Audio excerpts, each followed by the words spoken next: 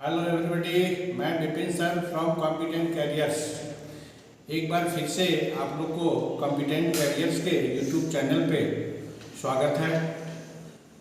आज इस वीडियो में हम जो चर्चा करेंगे जीके से रिलेटेड कुछ प्रश्न। जैसे जीके से रिलेटेड हमने एक वीडियो डाला था नैन पे, नॉन अलाइन मूवमेंट, और उसी क्रम में आज दूसरा वीडियो जो डाला है। इसके पहले मैं बताया था किसी भी कॉम्पिटिटिव एग्जाम में, चाहे वो रेलवे हो, चाहे एसएससी हो, चाहे स्टेट लेवल का कोई भी एग्जाम हो, चाहे किसी स्टेट का हो, अभी देखा क्या गया है कि जीके से रिलेटेड क्वेश्चन ज़्यादा पूछता है। हिस्ट्री ज्योग्राफी वगैरह का कम करता गया, यानी जिसमें बदलाव होता है, जिसमें बदलाव होने वाला है, यानी उस टाइप के क्वेश्चन को जो है आपके एग्जाम में ज़्यादा पूछ रहा है। पूछने का मेन पर्पस ये है, आप पुरानी बुक से पढ़े हुए हैं, आप डाटा अप टू डेट नहीं किए हुए हैं, आप पुराना चीज़ याद किए हुए हैं और उसमें बदलाव हो गया, तो फिर वहाँ पे आप कंफ्यूज कर दीजिएगा, फिर गलत उत्तर दे दीजिएगा, है ना। तो इस तरह से जो है आपको देखता क्या है, विद्यार्थी टच में है कि नहीं, अप टू डेट है कि नहीं। हिस्ट्री ज्योग्राफी वगैरह में तो बदलाव होगा नहीं, यानी जो मुगल वंश आया, बहादुर शाह जफर तो समाप्त हुआ, बाबर से स्टार्ट होके, उसमें कोई बदलाव तो आना नहीं है, वो तो करीब करीब सब लोग रट लिए हैं। तो आपको थोड़ा सा उससे अलग होना होगा, वो तो रटिए ही, देखिए ही, लेकिन नंबर ऑफ क्वेश्चन एक समय था जो हिस्ट्री से काफ़ी क्वेश्चन पूछा करता था, लेकिन अब देखा गया है हाल के दिनों में जितनी भी एग्जाम होती है, चाहे वो किसी लेवल का हो, आपको जीके जीएस का जो इससे रिलेटेड करंट अफेयर्स भी होता है, उस टाइप का क्वेश्चन को बढ़ाते गया। तो थोड़ा सा है क्या, इसमें बदलाव होता जा रहा है। आज उसी क्रम में जो है हम पढ़ाएंगे ऑर्गेनाइजेशन। बताए थे आपके पास एक कॉपी होनी चाहिए और कॉपी में अप टू डेट होना चाहिए। जैसे नैम लिखाया, अब नैम का अगला बैठक कहाँ होगा, जो बैठक होगा और सबमिट होगा, उसमें क्या निर्णय लिया गया, ये सारी चीज जानकारी आपको अप टू डेट करना है। आज उसी क्रम में यूएनओ जो बताएंगे, इसमें भी जो है तो बहुत सारा बदलाव होता रहता है। इसका जो बैठक हुआ, बैठक जो जनरल असेंबली की होती है, उसमें क्या निर्णय लिया गया, इन सब चीज़ों का जो है सो प्रत्येक वर्ष का जो है सो नयापन आता है। जैसे भारत बना, सुरक्षा परिषद का अस्थायी सदस्य बना, ये अस्थायी क्या है, अस्थायी क्या है, यानी इन सब चीज़ों का जो है सो आपको अप टू डेट करने वाला आंकड़ा है। तो देखिए यूएनओ एक ऐसा है जो कि प्रत्येक एग्जाम में देखिएगा, आप उल्टा के क्वेश्चन देखिए, इसमें से कम 3 से 4 क्वेश्चन पूछता ही है, सबसे इंपॉर्टेंट टॉपिक है। तो आज यूएनओ के बारे में थोड़ा सा चर्चा करते हैं। UNO means united nation organisation, संयुक्त राष्ट्र संघ। संयुक्त राष्ट्र संघ का स्थापना क्यों किया गया? क्योंकि किसी भी संगठन के स्थापना के पीछे कोई ना कोई रीजन होता है। बिना कारण का कोई संगठन स्थापना नहीं हुआ। चाहे अभी तक जितने भी आपके संगठन, नए नए संगठन बनते जाते हैं, तो संगठन स्थापना के पीछे क्या रीजन है? तो संयुक्त राष्ट्र संघ का जो स्थापना किया गया 1945 में किया गया था। इसके पहले भी एक ऑर्गेनाइजेशन बना था, संगठन, जिसका नाम था लीग ऑफ नेशन, राष्ट्र संघ। राष्ट्र संघ जो बना था आपका फर्स्ट वर्ल्ड वार के बाद, प्रथम विश्व युद्ध 14 से 18 तक चला। तो 14 से 18 तक जो विश्व युद्ध हुआ, तो विश्व युद्ध तो पहले तो पुरानी पद्धति से लड़ाई होती थी, है ना। उसमें जो है सो आपका टेक्नोलॉजी, जैसे अभी परमाणु युद्ध का जो है सो संभावना हमेशा बनते रहता है। तो पहले युद्ध जो हुआ भाला बर्छी तोप और रिवॉल्वर तक ही सीमित रहा। तो उस समय जो है आपका जो संगठन बना था 1920 में, फर्स्ट वर्ल्ड वार के बाद, लीग ऑफ नेशन, जो कि ज़्यादा समय तक चल नहीं पाया। चलने के पीछे, नहीं चलने के पीछे जो है ये रीजन ये था, क्योंकि उसमें एक विचारधारा के नहीं थे, यानी सब अपने आप में जो है तो हम बिग बॉस, तो हम बिग बॉस, तो हम बिग बॉस, यानी कोई भी देश किसी से कम नहीं था, सब अपने आप को शक्तिशाली मानता था। तो यही कारण था, एक विचारधारा न मिलने के कारण जो है लीग ऑफ नेशन नहीं चल पाया, करीब करीब जो है खत्म हो गया। फिर आया आपका सेकेंड वर्ल्ड वार 39 से स्टार्ट हुआ, 45 तक जो चला। सेकेंड वर्ल्ड वार हो ही रहा था, प्रारंभ ही था। उसी दरमियान जो है आपका देखें, एक समय जब था सेकेंड वर्ल्ड वार में जापान काफ़ी अपना बढ़ चढ़ के वर्चस्व दिखाया, अपने आप को ताकतवर देश के रूप में प्रोड्यूस किया। प्रोड्यूस करने के पीछे जो है तो आपका देखे ताकत दिखाया उसने। आपका अमेरिका का जो नौसैनिक अड्डा था उसका पर्ल हार्बर, जो कि मारा बम से और उड़ा दिया, बम से उड़ा दिया। तो अमेरिका से पंगा ले लिया। तो देखिए सेकेंड वर्ल्ड वार में आपका सब अपने आपस में लड़ रहे थे, लेकिन एक शक्ति के रूप में उस समय दो देश आगे बढ़ रहा था। तो पहला देश जो था शक्ति के रूप में जो हो रहा वो था अमेरिका। अमेरिका उस समय जो है सो परमाणु हथियार का बनाया ही था, परमाणु हथियार बनाया था, उसको जगह की तलाश थी और संयोग से जापान पंगा ले लिया। जापान क्या किया, उसका जो नौसैनिक अड्डा जो तबाह कर दिया, तबाह करने के बाद इसको भी तलाश था ही, पंगा लिया। उसके बाद देखे जो हिरोशिमा नागासाकी पर जो है जो परमाणु बम गिराया, जो आज तक वो जो है सो जापान उभर नहीं पाया है। और उस युद्ध के उपरांत वो जो है सो शांति का पुजारी हो गया। आज देखते हैं यूएनओ में जो खर्च जो जाता है, सेकेंड जो सबसे बड़ा खर्च होता है जापान ही देता है अमेरिका के बाद। तो एक शांति का पुजारी हो गया एक समझिए। तो एक शक्ति के रूप में उभरा सेकेंड वर्ल्ड वार में। सेकेंड वर्ल्ड वार में अमेरिका एक शक्ति के रूप में उभरा, क्योंकि उसके पास परमाणु हथियार हो गया। और परमाणु हथियार के बलबूते पर पूरे विश्व को उसने दिखा दिया, देखो हमारे पास परमाणु हथियार है, यदि हमसे पंगा लोगे तो जैसे जापान का हाल हुआ है वही हाल में तुम लोग का करूंगा।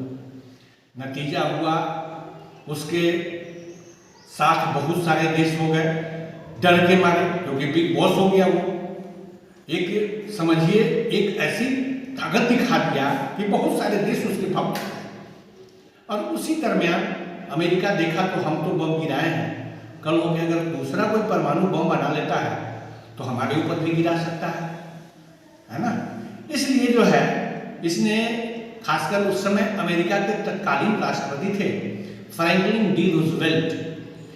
तो फ्रैंकलिन डी रूजवेल्ट के नेतृत्व में यह कहा गया जो एक ऐसा संगठन बनाया जाए जो कि आगे थर्ड वर्ल्ड वार न हो सके, तृतीय विश्व युद्ध न हो सके। क्योंकि तृतीय विश्व युद्ध न हो इसके लिए एक गवर्निंग बॉडी चाहिए, एक ताकतवर शक्ति चाहिए जो सबको रोक सके।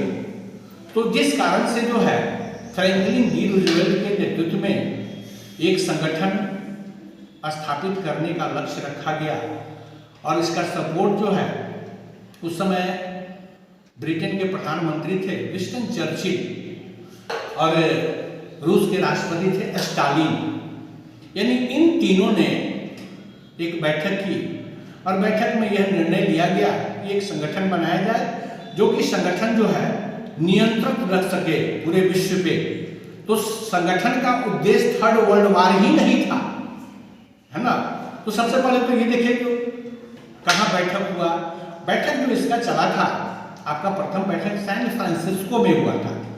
सैन फ्रांसिस्को में बैठक किया गया।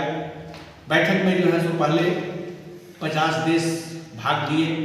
भाग लेने के बाद जो है आपका ये हुआ कोई भी चीज़ बनता है तो पहले क्या होना चाहिए, उसका नाम क्या होना चाहिए, उसका फ्लैग कैसा होना चाहिए, झंडा कैसा होना चाहिए, बहुत तरह की बातें उठती है। तो उसी दरमियान में जो है आपका बैठक हुआ। बैठक में क्या नाम रखा जाए तो फ्रैंकलिन डी रूजवेल्ट ने कहा कि नहीं, इसका नाम होना चाहिए यूएनओ। अब क्वेश्चन ये कई बार पूछा हुआ है, यूएनओ का नाम यूएनओ किसके द्वारा रखा गया, किसकी पे सहमति पे? तो फ्रैंकलिन डी रूजवेल्ट अमेरिका के जो ऐसे राष्ट्रपति थे तो इनके बारे में भी जान लें जो कि 4 टर्म तक रहे हैं, 4 चौका 16 साल। और इन्हीं के बाद वहाँ का संविधान चेंज हुआ और चेंज होने के बाद वहाँ कोई भी व्यक्ति अधिकतम 2 बार ही राष्ट्रपति बन सकता है ना। इनके बाद चेंज हुआ। तो कई बार क्वेश्चन ये भी पूछा है कि सबसे लंबे समय तक अमेरिका के राष्ट्रपति के पद पर कौन रहे, तो फ्रैंकलिन डी रूजवेल्ट। वही फ्रैंकलिन डी रूजवेल्ट जिन्होंने यूएनओ की स्थापना में अहम भूमिका निभाई, वही फ्रैंकलिन डी रूजवेल्ट। और इन्हीं के नेतृत्व में जो है आपका बैठक हुआ। बैठक होने के बाद 50 देश इस पे हस्ताक्षर किए। हस्ताक्षर में पोलैंड को भी आना था 51वें देश के रूप में, लेकिन पोलैंड नहीं आ सका, है ना। 51वां देश हस्ताक्षर करने में था। इसका चार्टर बन गया, है ना। चार्टर बनने के बाद जो है इसका टेम्पोररी मुख्यालय बना, क्योंकि अचानक तो भवन बन के नहीं तैयार हो जाएगा, है ना। भवन जो है उसका बना, फिर बहुत बड़ा, आज तो समझिए बहुत बड़ा बिल्डिंग है, जहाँ के पूरे आपका पूरे विश्व का जो है सो विश्व के लोग वहाँ राष्ट्राध्यक्ष पहुँचते हैं।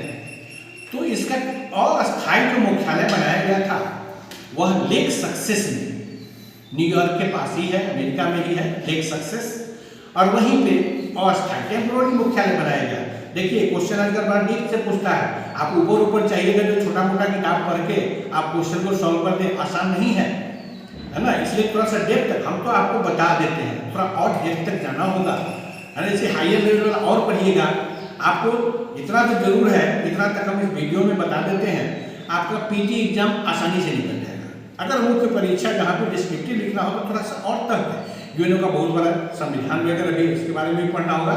इसमें ज़्यादा हम लंबा इसलिए नहीं करते क्योंकि ये तो वीडियो है, तो वीडियो में आपको शॉर्ट बताएंगे ताकि आपको तो देंगे एकदम, आजकल देखते हैं 2020 जल्दी। यूएनओ का जो अस्थायी मुख्यालय, परमानेंट जो हेडक्वार्टर जो बना है, जो वर्तमान में न्यूयॉर्क में है और मैनहट्टन द्वीप पे है।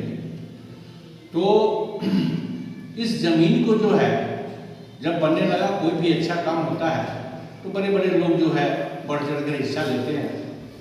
इसी दरमियान अमेरिका के एक व्यक्ति, धनाढ्य व्यक्ति सर डी जॉन रॉकफेलर, जिन्होंने 17 एकड़ जमीन यूएनओ के हेडक्वार्टर बनाने के लिए दान में दिया। अब ये कई बार क्वेश्चन पूछ चुका है, यूएनओ का जो जमीन है वह किस धनाढ्य व्यक्ति के द्वारा दान में दिया गया, तो वो थे जॉन डी रॉकफेलर। और उसी भूमि पर जो है, जो कि मैनहट्टन द्वीप, मैनहट्टन आइलैंड पे है, और उसी भूमि पे 39 फ्लोर यानी 39 मंजिल का भवन वर्तमान में बनके तैयार है। और एक बहुत बड़ा भवन है और उसमें हर चीज, जैसे उसका जो एक अंग है यूएनओ का महासभा, जनरल असेंबली, जो उसकी बैठक चलती है, अब समझिए 1000 लोगों के बैठने की व्यवस्था है वहाँ, इतना बड़ा भवन बना हुआ है। तो इस तरह से जो है आपका यूएनओ का गठन हुआ। उसके बाद गठन होने के बाद उसका टेम्पोररी जो है क्वार्टर लेक सक्सेस रखा गया और परमानेंट बनना प्रारंभ हो गया। 1946 में शिफ्ट किया गया था आपका न्यूयॉर्क में। इसके पहले तक लेक सक्सेस से ही कार्य होता था। अब हुआ क्या, इसका जब चार्टर बनने लगा तो क्या क्या इसका ऑफिशियल लैंग्वेज क्या हो गया, मान्यता प्राप्त भाषा क्या क्या होगी, इसका फ्लैग कैसा होगा, तो बहुत सारा कोई भी चीज संगठन जो बनता है उसका सिंबल होता है, उसका पहचान होता है, कैसे उसका पहचान होगा, ये सारी चीजें जो है इस दरमियान होती रहती है।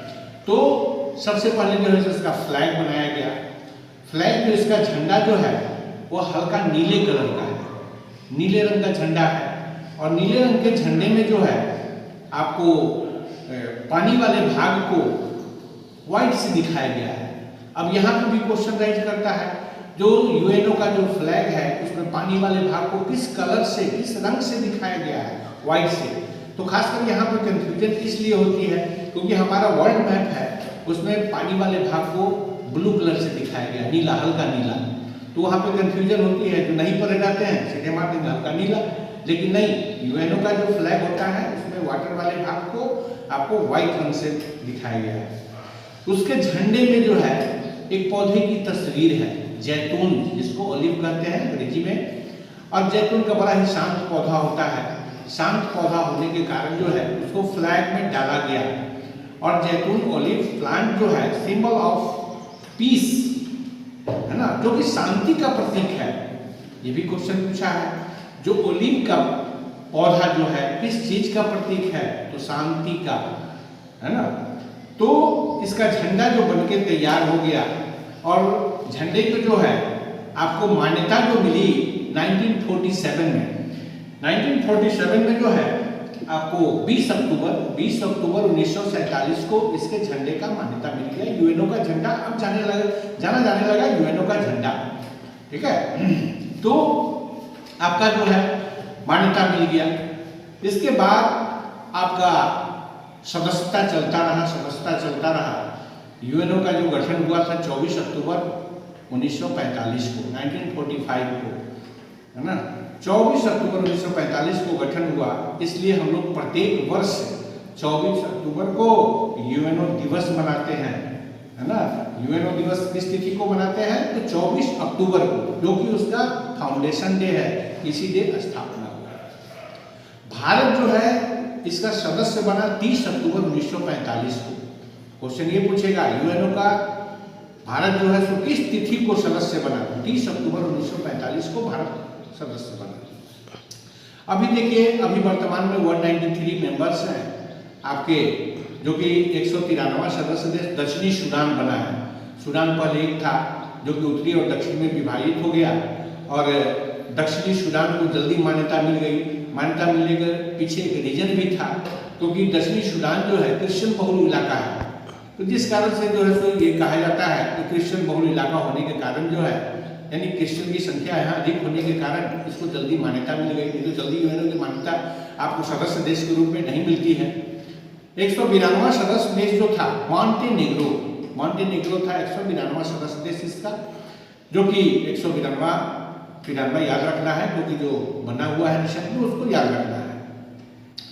अब रही बात यूएनओ का मान्यता प्राप्त भाषा कौन कौन सा है, तो यूएनओ के 6 मान्यता प्राप्त भाषा है। 6 भाषाओं में जो है अंग्रेजी है, फ्रेंच है, आपका अरबी है, स्पेनिश हो गया, रूसी हो गया, और एक चीनी भाषा। चीनी भाषा, यानी 6 मान्यता प्राप्त भाषा है, जिसमें 2 भाषा को जो है आपका ऑफिशियल लैंग्वेज बनाया गया है, सरकारी कामकाज की भाषा। तो आपको यहाँ कंफ्यूजन होगा, अगर प्रश्न यह पूछे एग्जाम में आपसे यूएनओ के मान्यता प्राप्त भाषाओं की संख्या कितनी है, तो कहिएगा 6। अगर ये पूछे प्रश्न जो यूएनओ के ऑफिशियल लैंग्वेज यानी सरकारी कामकाज की भाषा कौन सी है, तो 2। कौन कौन? अंग्रेजी और फ्रेंच। तो दोनों में थोड़ा सा ठीक से उसको ये करना है, ऐसा नहीं कि दोनों को एक ही नजरिया से देखना, तो आपको कंफ्यूजन होगा।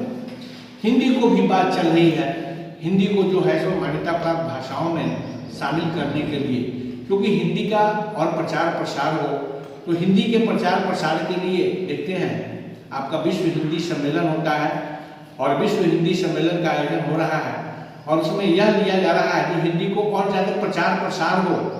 विश्व हिंदी सम्मेलन में 9वां बैठक आपका जो हुआ था साउथ अफ्रीका में, उसमें ये प्रण भी लिया गया उस बैठक में, जो यूएनओ के 7वीं मान्यता प्राप्त भाषाओं के रूप में, भाषा के रूप में हिंदी को शामिल करवाने का प्रण लिया गया, और इसके लिए प्रचार प्रसार चल रहा है। विश्व हिंदी सम्मेलन जो कि आपका निर्णय लिया गया, और इस तरह से जो है आज मान्यता प्राप्त भाषा में अगर शामिल हो जाती है हिंदी, तो हमारे हिंदी का भी काफ़ी प्रचार प्रसार होगा, क्योंकि हिंदी का प्रचार प्रसार आपका सीमित देशों तक ही है। आपका भारत में ही तो पूरी जगह नहीं हुआ, खासकर साउथ में चले जाइए आप, तो बहुत सारे लोग जो है हिंदी जानते भी नहीं है। तमिलनाडु वगैरह में जो है आपका हिंदी का प्रचार प्रसार बिल्कुल कम है वहाँ पे, तो इसका कारण है आपके पूरे देश में तो हिंदी का हो नहीं पा रहा है। तो खासकर जो है तो इसके और प्रचार प्रसार हो, इसके अधिक से अधिक लोग बोले हिंदी भाषा को, जिसके लिए विश्व हिंदी सम्मेलन का आयोजन होता है। अब देखिए, अब देखा जाए, अब यूएनओ का तो ये हो गया इंट्रोडक्शन। अब इसके सदस्य देश यदि पूछे तो 193, अगर इसका अंग पूछे ऑर्गन, क्योंकि बहुत कंफ्यूजन है इसके, जितने भी आपके अंग है उसका भी जो सदस्य देश है। अगर यूएनओ का सदस्य देश पूछे तो 193, यूएनओ के अंग कितने हैं तो 6, जो कि बारी बारी से सभी ऑर्गन के बारे में, इसके अंगों के बारे में हम चर्चा करेंगे, क्योंकि वीडियो थोड़ा लंबा हो गया है, जिस कारण से जो है फिर अगला चर्चा जो होगा वो दूसरे वीडियो में, है ना। इसके लिए आप सब्सक्राइब अगर नहीं किए हो तो जल्दी से सब्सक्राइबर बनिए, और ताकि समय समय पे आपको जानकारी मिलती रहेगी। नए नए वीडियो का, हमारा नया नया वीडियो ऐसा नहीं कि जीके में ही, मैथ्स में भी, रीजनिंग में भी, यानी हर सब्जेक्ट में आपको मिलता रहेगा। ठीक है, ओके, धन्यवाद। यूएनओ का जो अस्थाई मुख्यालय, परमानेंट जो हेडक्वार्टर जो बना है, जो वर्तमान में न्यूयॉर्क में है और मैनहट्टन द्वीप पे है।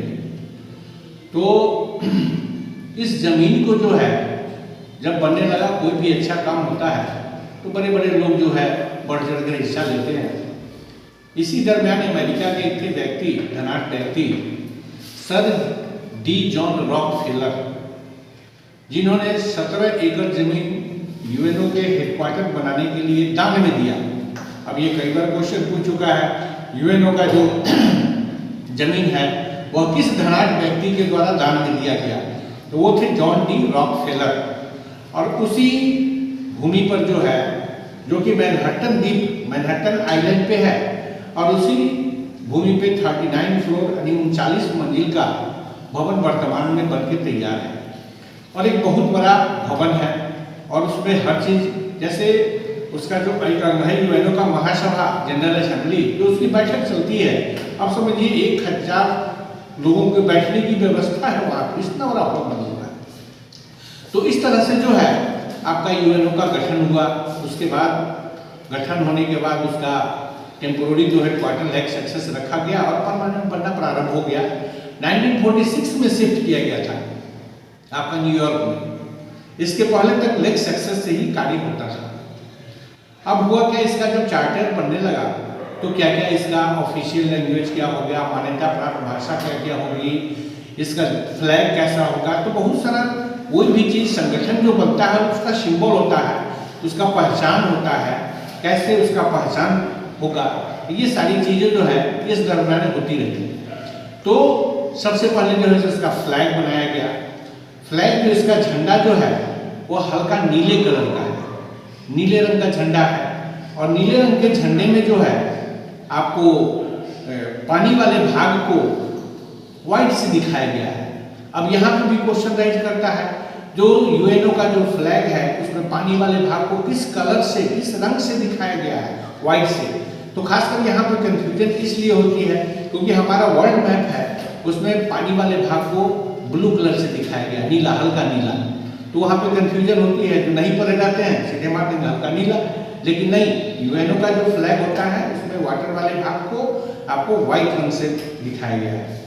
उसके झंडे में जो है एक पौधे की तस्वीर है, जैतून, जिसको ओलिव कहते हैं अंग्रेजी में। और जैतून का बड़ा ही शांत पौधा होता है। शांत पौधा होने के कारण जो है उसको फ्लैग में डाला गया। और जैतून, ओलिव प्लांट जो है सिंबल ऑफ पीस है ना, जो कि शांति का प्रतीक है। ये भी क्वेश्चन पूछा है, जो ओलिव का पौधा जो है किस चीज का प्रतीक है? तो शांति का, है ना। तो इसका झंडा जो बनके तैयार हो गया और झंडे को जो है आपको मान्यता जो मिली 1947 में। 1947 में जो है आपको 20 अक्टूबर 1947 को इसके झंडे का मान्यता मिल गया। यूएनओ का झंडा अब जाना जाने लगा यूएनओ का झंडा, ठीक है। तो आपका जो है मान्यता मिल गया। इसके बाद आपका सदस्यता चलता रहा। यूएनओ का जो गठन हुआ था 24 अक्टूबर 1945 को, 1945 को, है ना। 24 अक्टूबर 1945 को गठन हुआ। इसलिए हम लोग प्रत्येक वर्ष 24 अक्टूबर को यूएनओ दिवस मनाते हैं, है ना। यूएनओ दिवस किस तिथि को मनाते हैं? तो 24 अक्टूबर को, जो कि उसका फाउंडेशन डे है, इसी डे स्थापना हुआ। भारत जो है इसका सदस्य बना 30 अक्टूबर 1945 को। क्वेश्चन ये पूछेगा यूएनओ का भारत जो है सो किस तिथि को सदस्य बना? 30 अक्टूबर 1945 को भारत सदस्य बना। अभी देखिए, अभी वर्तमान में 193 मेंबर्स हैं आपके, जो कि 193वां सदस्य देश दक्षिणी सूडान बना है। सूडान पहले एक था जो कि उत्तरी और दक्षिण में विभाजित हो गया और दक्षिणी सूडान को जल्दी मान्यता मिल गई। मान्यता मिलने के पीछे एक रीजन भी था, क्योंकि दक्षिणी सूडान जो है क्रिश्चियन बहुल इलाका है, तो जिस कारण से जो है सो ये कहा जाता है कि क्रिश्चियन बहुल इलाका होने के कारण जो है, यानी क्रिश्चियन की संख्या यहाँ अधिक होने के कारण इसको जल्दी मान्यता मिल गई। नहीं तो जल्दी यूएनओ की मान्यता आपको सदस्य देश के रूप में नहीं मिलती है। 192वां सदस्य देश जो था मॉन्टेनेग्रो था 192वां सदस्य देश इसका, जो कि 192 याद रखना है, क्योंकि जो बना हुआ है निशान में उसको याद रखना है। अब रही बात यूएनओ का मान्यता प्राप्त भाषा कौन कौन सा है, तो यूएनओ के 6 मान्यता प्राप्त भाषा है। 6 भाषाओं में जो है अंग्रेजी है, फ्रेंच है, आपका अरबी है, स्पेनिश हो गया, रूसी हो गया और एक चीनी भाषा। चीनी भाषा, यानी 6 मान्यता प्राप्त भाषा है, जिसमें 2 भाषा को जो है आपका ऑफिशियल लैंग्वेज बनाया गया है, सरकारी कामकाज की भाषा। तो आपको यहाँ कंफ्यूजन होगा अगर प्रश्न यह पूछे एग्जाम में आपसे यूएनओ के मान्यता प्राप्त भाषाओं की संख्या कितनी है, तो कहिएगा 6। अगर ये पूछे प्रश्न जो यूएनओ के ऑफिशियल लैंग्वेज यानी सरकारी कामकाज की भाषा कौन सी है, तो 2। कौन कौन? अंग्रेजी और फ्रेंच। तो दोनों में थोड़ा सा ठीक से उसको ये करना है, ऐसा नहीं कि दोनों को एक ही नजरिया से देखना, तो आपको कंफ्यूजन होगा। हिंदी को भी बात चल रही है, हिंदी को जो है सो मान्यता प्राप्त भाषाओं में शामिल करने के लिए, क्योंकि हिंदी का और प्रचार प्रसार हो, तो हिंदी के प्रचार प्रसार के लिए देखते हैं आपका विश्व हिंदी सम्मेलन होता है और विश्व हिंदी सम्मेलन का आयोजन हो रहा है और उसमें यह लिया जा रहा है कि हिंदी को और ज़्यादा प्रचार प्रसार हो। विश्व हिंदी सम्मेलन जो 9वां बैठक आपका जो हुआ था साउथ अफ्रीका में, उसमें ये प्रण भी लिया गया उस बैठक में, जो यूएनओ के 7वीं मान्यता प्राप्त भाषाओं के रूप में, भाषा के रूप में हिंदी को शामिल करवाने का प्रण लिया गया और इसके लिए प्रचार प्रसार चल रहा है। विश्व हिंदी सम्मेलन जो कि आपका निर्णय लिया गया और इस तरह से जो है आज मान्यता प्राप्त भाषा में अगर शामिल हो जाती है हिंदी, तो हमारे हिंदी का भी काफ़ी प्रचार प्रसार होगा, क्योंकि हिंदी का प्रचार प्रसार आपका सीमित देशों तक ही है। आपका भारत में ही तो पूरी जगह नहीं बोले, खासकर साउथ में चले जाइए आप तो बहुत सारे लोग जो है हिंदी जानते भी नहीं है। तमिलनाडु वगैरह में जो है आपका हिंदी का प्रचार प्रसार बिल्कुल कम है वहाँ पे। तो इसका कारण है आपके पूरे देश में तो हिंदी का हो नहीं पा रहा है, तो खासकर जो है तो इसके और प्रचार प्रसार हो, इसके अधिक से अधिक लोग बोले हिंदी भाषा को, जिसके लिए विश्व हिंदी सम्मेलन का आयोजन होता है। अब देखिए, अब देखा जाए, अब यूएनओ का तो ये हो गया इंट्रोडक्शन। अब इसके सदस्य देश यदि पूछे तो 193, अगर इसका अंग पूछे ऑर्गन, क्योंकि बहुत कंफ्यूजन है इसके जितने भी आपके अंग है उसका भी जो सदस्य देश है। अगर यूएनओ का सदस्य देश पूछे तो 193, यूएनओ के अंग कितने हैं तो 6, जो कि बारी बारी से सभी ऑर्गन के बारे में, इसके अंगों के बारे में हम चर्चा करेंगे, क्योंकि वीडियो थोड़ा लंबा हो गया है, जिस कारण से जो है फिर अगला चर्चा जो होगा वो दूसरे वीडियो में है ना। इसके लिए आप सब्सक्राइब अगर नहीं किए हो तो जल्दी से सब्सक्राइबर बनिए, और ताकि समय समय पे आपको जानकारी मिलती रहेगी नए नए वीडियो का। हमारा नया वीडियो ऐसा नहीं कि जीके में ही, मैथ्स में भी, रीजनिंग में भी, यानी हर सब्जेक्ट में आपको मिलता रहेगा। ठीक है, ओके, धन्यवाद।